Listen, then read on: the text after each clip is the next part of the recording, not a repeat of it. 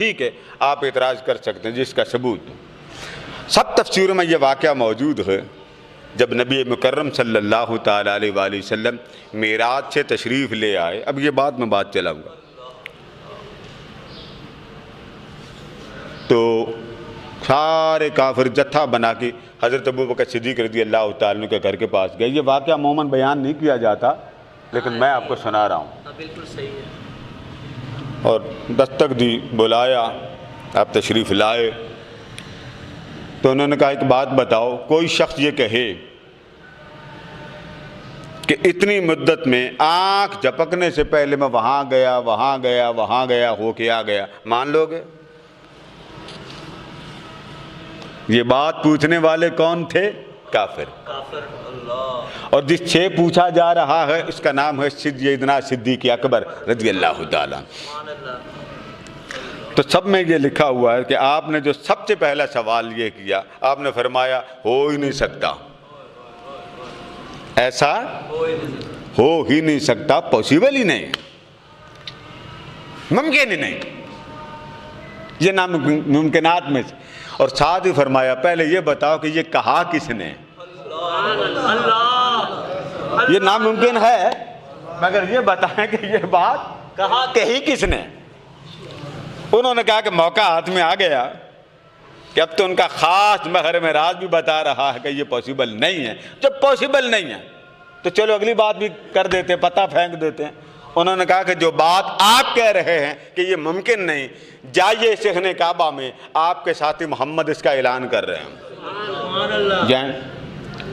तो आपने उसी वक्त फरमाया एक बात याद रख लो, ये मुमकिन ही नहीं, कोई रुए ज़मीन का फ़र्द बशर पलक झपकने में न जा सकता है, ना हो के वापस आ सकता। हाँ, अगर मेरे हबीब ने ये बात कही है तो उनके लिए नामुमकिन है ही कोई नहीं।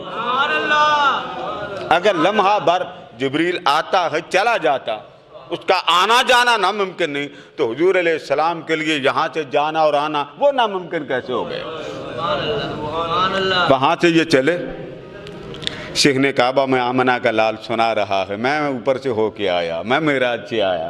तो सिद्दीक़ अकबर रज़ी अल्लाह ताला अन्हु दाखिल हुए और अर्ज़ करते हैं सोनिया आज आप मेराज पर गए थे? फरमाया हाँ गया था।